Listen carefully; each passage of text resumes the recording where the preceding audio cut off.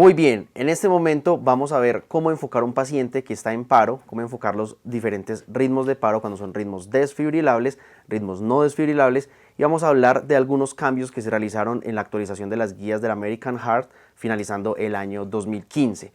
Entonces, recordemos que siempre hay una secuencia de valoración, pasamos desde lo básico a lo más avanzado, y algo bien importante que vamos a ver es cómo yo, como líder, voy a asignarle las funciones de trabajo a todo mi equipo para hacer un trabajo de código mucho más organizado. Aunque aquí no vamos a tener personas en el escenario, simplemente lo que vamos a hacer es imaginarnos que están las personas y que yo les estoy asignando las funciones. Lo que queremos es que aprendan en este video cómo liderar un código mega o cómo liderar un código azul y cómo es el enfoque de manejo de acuerdo si el paciente tiene ritmo desfibrilable y ritmo no desfibrilable. Recuerda que lo primero que debo hacer es contacto con la víctima. Señor, ese paciente no está respondiendo. Debo mirar el tórax del paciente rápidamente, puedo mirar el pulso en simultáneo y determino que mi paciente no está respirando. Si mi paciente no responde y no respira, inmediatamente debo decir al equipo de enfermería, activen el código azul, traigan el carro de paro. Eso es fundamental. Si yo no doy esa orden, pues se va a tardar muchísimo más en llegar el código azul o el código mega a apoyarme. Y el carro de paro va a ser fundamental para poder iniciar el manejo avanzado una vez este esté disponible. Listo, tenemos el señor que no responde y que no respira. Señor, ese paciente no responde y no está respirando. No tiene pulso. Me puedo tomar hasta 10 segundos para mirar el pulso del paciente. Muy bien, ese paciente no responde, no respira, no tiene pulso. Enfermero, enfermera, active el código azul, traiga el carro de paro. Inmediatamente debo iniciar compresiones torácicas. Aquí vamos a utilizar una escalera en donde debo posicionarme muy bien. Vamos a ubicarnos a nivel de la línea intermamilar. Vamos a poner 2 traveses de dedo por encima de la apófisis xifoide que está acá, 2 traveses de dedo. Vamos a poner nuestra región tenar hipotenar de la mano en esa zona. Vamos a poner nuestra otra mano encima y vamos a iniciar las compresiones torácicas. Recuerde que el brazo debe estar completamente recto, los hombros deben estar a nivel de donde están las manos y vamos a comprimir fuerte y rápido. Pero esa velocidad no es tan rápida como generalmente lo estamos haciendo, sino una velocidad de entre 100 a 120 por minuto. Entonces, iniciamos las compresiones torácicas en el paciente. Lo que recomienda la American Heart es iniciar compresiones torácicas de más o menos unas 30 compresiones por 2 ventilaciones. Entonces, recuerden la posición y la forma en que iniciamos las compresiones torácicas. Aquí en esta demostración quería que ustedes vieran cuál es la técnica donde debo ubicar nuestras manos, donde debo ubicar la posición para dar las compresiones torácicas y además de eso ver cómo va a ser la velocidad y cómo debo posicionar mis brazos sobre el tórax del paciente. Mire que si yo no me subo en un escalón o estoy en la camilla del paciente y no tengo un escalón al lado para yo poderme parar cómodamente, voy a quedar en una posición muy incómoda y las compresiones no van a ser efectivas. Por eso es necesario pararme en un escalón, estar bien cómodo y poder comprimir para que los hombros queden al mismo nivel, perpendiculares de donde están las manos. Eso es fundamental. Ahora, vamos a adelantarnos un poco. Supongamos que llega el código azul y llega un grupo de personas a ayudarme y yo estoy dando compresiones. Entonces, yo me retiro inmediatamente y le digo a alguien que me releve en las compresiones para poder seguir liderando. Entonces, la primera orden que voy a dar es relévame en las compresiones torácicas. Y es muy importante que cuando alguien me va a relevar en las compresiones torácicas, yo utilice un metrónomo que es este que tenemos acá o cualquier otro metrónomo que podamos utilizar. Entonces, recuerden que el metrónomo va a ser muy importante para la velocidad de las compresiones. Eso es 100 por minuto. Quiero mostrarles cómo sería la compresión a la velocidad del metrónomo. Entonces, bien posicionado.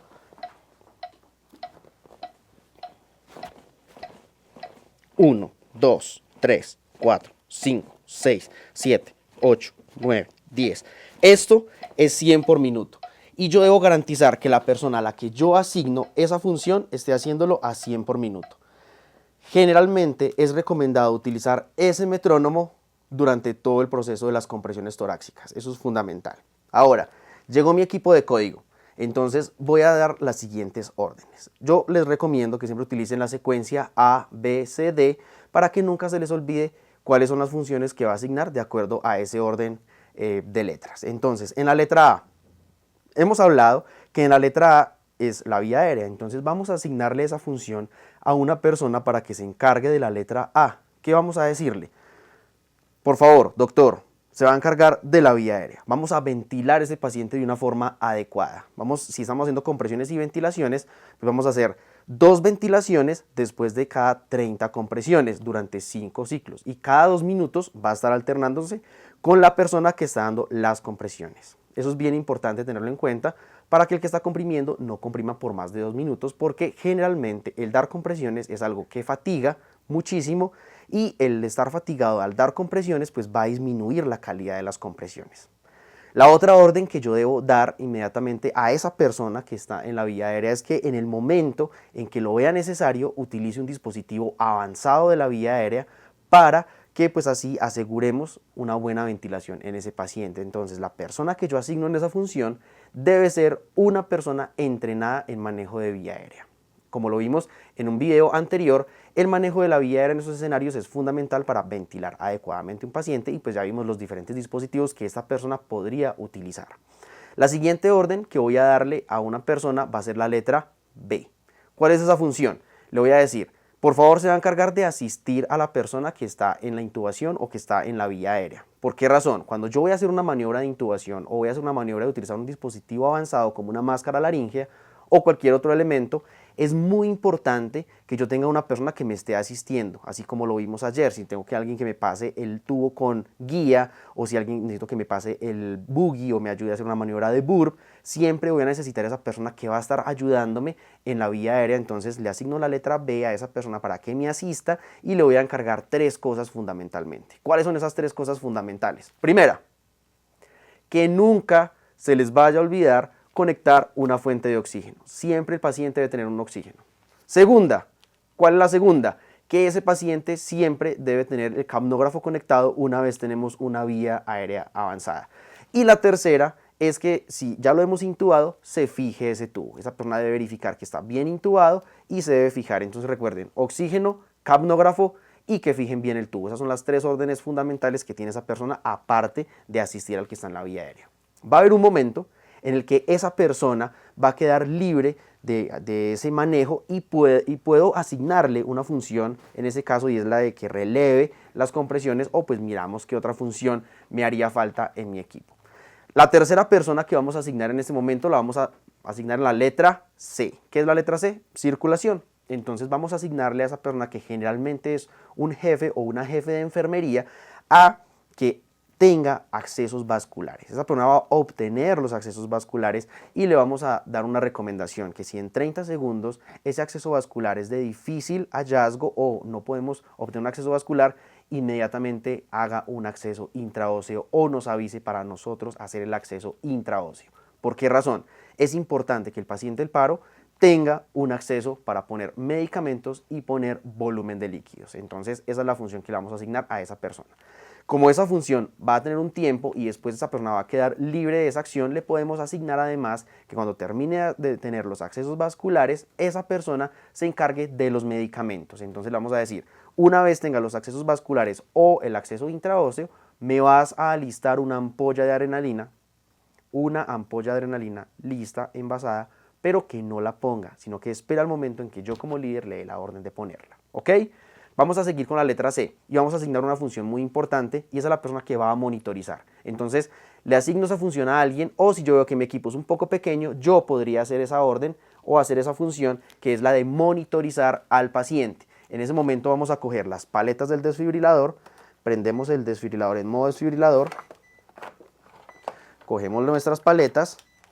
Recuerden que el desfibrilador siempre tiene unas paletas marcadas, las paletas están marcadas, esternón, ápex, entonces ponemos una paleta debajo de la clavícula derecha del paciente, bien, otra paleta a nivel del esternón. Esa es la posición adecuada para poner las paletas en este paciente, bien, puede ser así laterales, no hay problema en cómo se pongan en dirección, importante es que estén en esta posición. Aquí lo que estamos haciendo es una derivación 2 para el análisis, es bueno tener gel en las paletas para poder mejorar esa conducción de las paletas, hacer una mejor superficie de contacto y miramos el ritmo del paciente. Entonces yo quiero que miremos en este momento nuestro simulador para que analicemos ese ritmo cardíaco del paciente y empezar a enfocar este paciente en ritmos de paro desfibrilables. Entonces, primera pregunta frente al monitor. ¿El QRS es normal? ¿Sí o no? No es normal. ¿Es un ritmo caótico?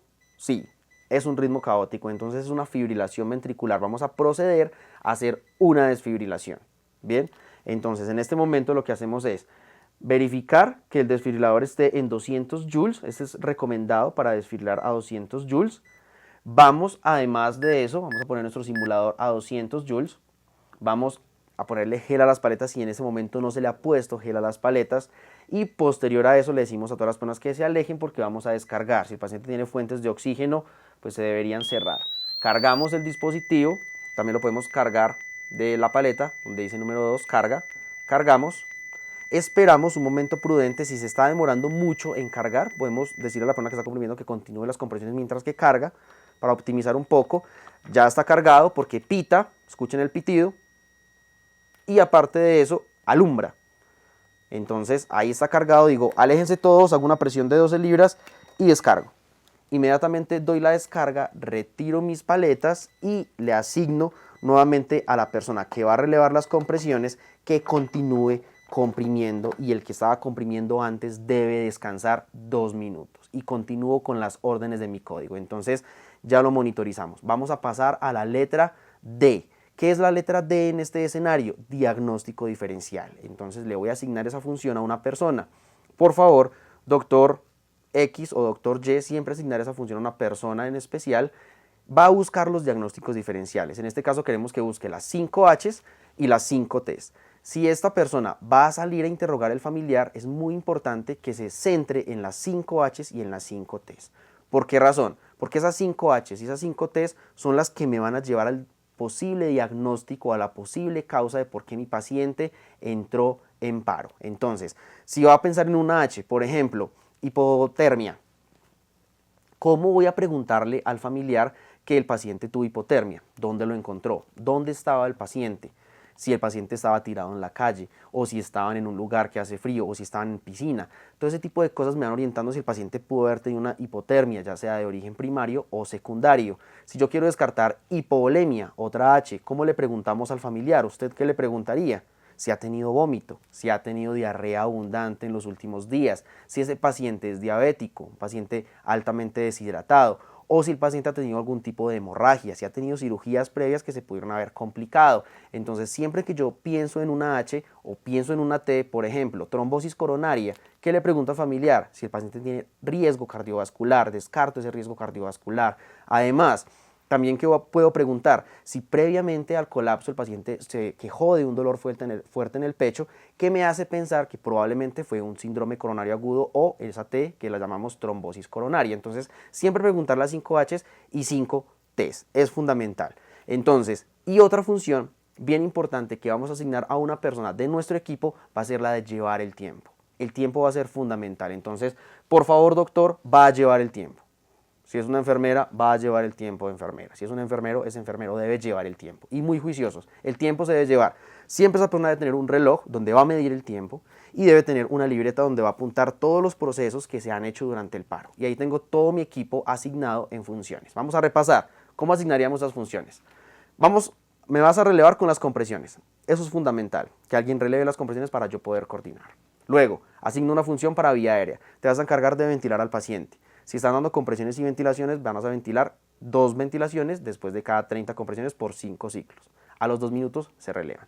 Si esa persona lo considera, le debo decir, en el momento en que sea necesario va a obtener una vía aérea avanzada.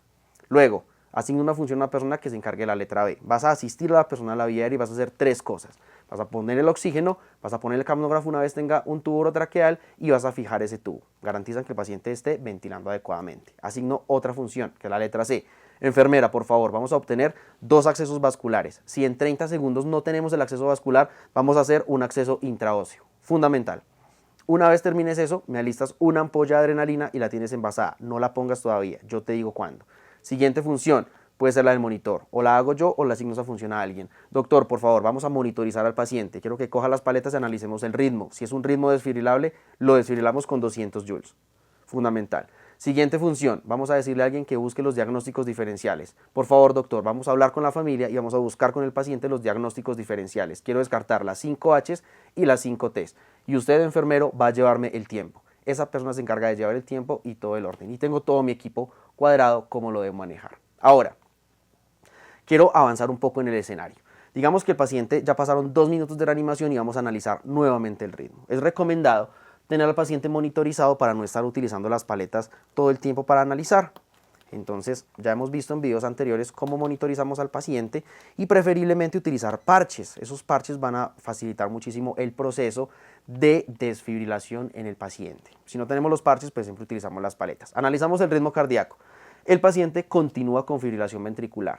Si el paciente continúa con fibrilación ventricular, el procedimiento que debe seguir es una desfibrilación. Vamos a hacer una simulación. Si yo tengo el paciente con una fibrilación ventricular, debo cargar a 200 joules, cargamos el dispositivo, ya está cargado, digo que todos se alejen, cierren la fuente de oxígeno y damos una siguiente descarga. Ya vamos, 2 descargas. Ese es el mejor momento de poner el primer medicamento que se llama adrenalina. No lo ponemos desde antes. ¿Por qué razón? La adrenalina se ha encontrado que tiene un efecto proarrítmico. Si tengo un paciente con una fibrilación ventricular, eso es una arritmia. Y si pongo un medicamento que es proarrítmico, está demostrado que ese paciente podría demorarse un poco más o que es más difícil sacarlo de esa arritmia cardíaca. Entonces me doy el chance de esperar la adrenalina hasta después de la segunda descarga. Bien, dimos la segunda descarga, iniciamos inmediatamente la RCP y damos la orden de que pongan la adrenalina. Aquí quiero ser muy enfático en cómo debo dar esa orden a mi equipo de enfermería o a la persona que está montando el medicamento. Entonces, supongamos que nuestra enfermera o nuestro enfermero está ya listo con la adrenalina. Vamos a asignarle un nombre, se va a llamar enfermera Claudia. Enfermera Claudia, por favor, vas a tomar esa ampolla de adrenalina que tienes lista. Entonces ella tiene envasada una ampolla de adrenalina que viene de 1 centímetro. Muchas veces la diluyen, a mí no me gusta que la diluyan. Entonces ya tenemos la adrenalina y tiene un bolo de líquidos de 10 o puede ser hasta de 20 centímetros cúbicos. Generalmente le ponemos un bolo de 10. ¿Qué hace esa persona? Pone la adrenalina en la vena, arrastra con un bolo de líquidos y debe elevar la extremidad del paciente durante 10 segundos. Entonces esa es la orden que yo le debo dar a la enfermera Claudia. Enfermera, ponga 1 miligramo de adrenalina, arrástrelo con un bolo de 10 cc de solución salina y eleve la extremidad del paciente por 10 segundos. Eso con el ánimo de que el medicamento, como el paciente está en paro, baje hacia la vía central mucho más rápido. Y le podemos decir que repita esa adrenalina cada 3 a 5 minutos, pero yo debo ser muy claro en la orden que le voy a dar. Entonces le digo, va a repetir la adrenalina cada 4 minutos. Bien, y el que está en el tiempo toma nota de eso y va a decir que cada 4 minutos va a acordar que debe seguir la siguiente dosis de adrenalina.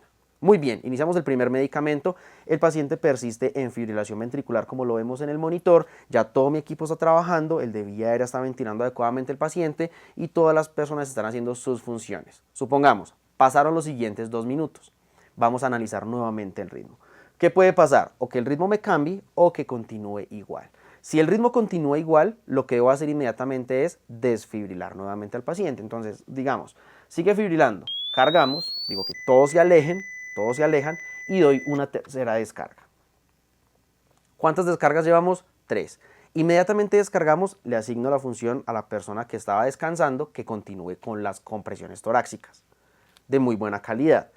Y en este momento se considera el uso del segundo fármaco que va a ser la amiodarona. ¿Por qué la amiodarona? Porque la amiodarona es un medicamento antiarrítmico que me va a ayudar a tratar de revertir esta arritmia en el paciente. Tiene una indicación muy clara y es utilice amiodarona en el paciente que tiene una fibrilación ventricular o una taquicardia ventricular sin pulso resistente a descargas. Ya llevamos 3 descargas y el paciente persiste en paro con un ritmo desfibrilable, le montamos la amiodarona. ¿Cómo la vamos a montar?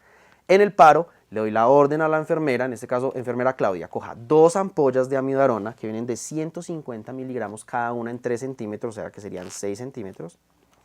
Es recomendado diluirla, llevarla hasta los 10 centímetros o 20 centímetros de dextrosa en agua destilada al 5 y después de eso la va a poner como vimos la anterior. Pone 300 miligramos de amiodarona, la debe arrastrar con un bolo de 20 cc de solución salina o de dextrosa al 5, realmente ya para arrastrarlo puede ser solución salina y eleva la extremidad del paciente. Bien, Ese es el segundo fármaco que utilizamos en el paro. Sin embargo, todo el tiempo las personas y la persona que tenemos indicada para que busque HCTs debe estar interrogando la posible causa del paro. Supongamos, el paciente pasaron 2 minutos y el ritmo le cambia. Vamos a ver el ritmo del paciente y el ritmo cambia.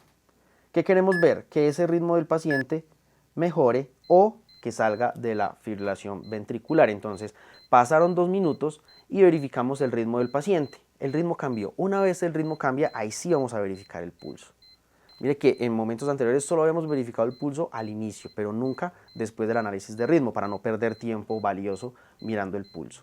Y vemos que el paciente ya tiene un ritmo de perfusión, que el paciente ya tiene pulso, que tiene una capnografía alta y que aparte de eso está saturando de una forma adecuada. Miramos cómo está la presión arterial.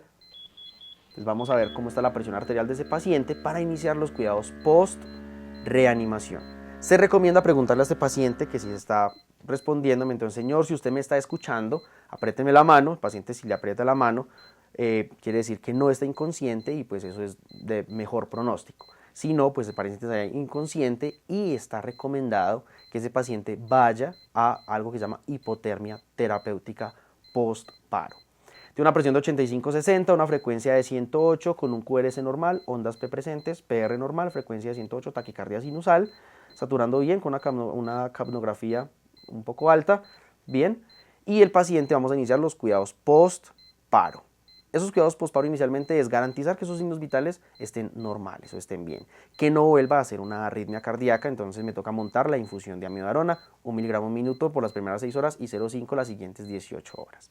Ahora, vamos a garantizar que esa presión arterial se eleve un poco. Antes de poner la infusión de amiodarona, yo debo estabilizar la presión arterial. Entonces vamos a poner un bolo que puede ser de 200 a 300 para subir un poco la presión y que me soporte el uso de la amiodarona este paciente. Bien, ponemos el bolo y la presión mejora, ponemos la infusión de amiodarona. Vamos inmediatamente pues, a solicitar la cama en UCI. Si no se ha solicitado antes, el paciente debe ir a la unidad de cuidados intensivos y una vez identifiquemos la posible causa de por qué el paciente entró en paro, pues se debe manejar y enfocar para que no vuelva otra vez a entrar en paro. Ese es el enfoque del paciente con paro asociado a un ritmo desfibrilable. Tanto el paciente con taquicardia ventricular sin pulso como fibrilación ventricular se enfoca de esa manera. Ahora les voy a recomendar que vean el siguiente video, porque en el siguiente video voy a explicar cómo se enfoca un paciente en paro, pero con un ritmo no desfibrilable.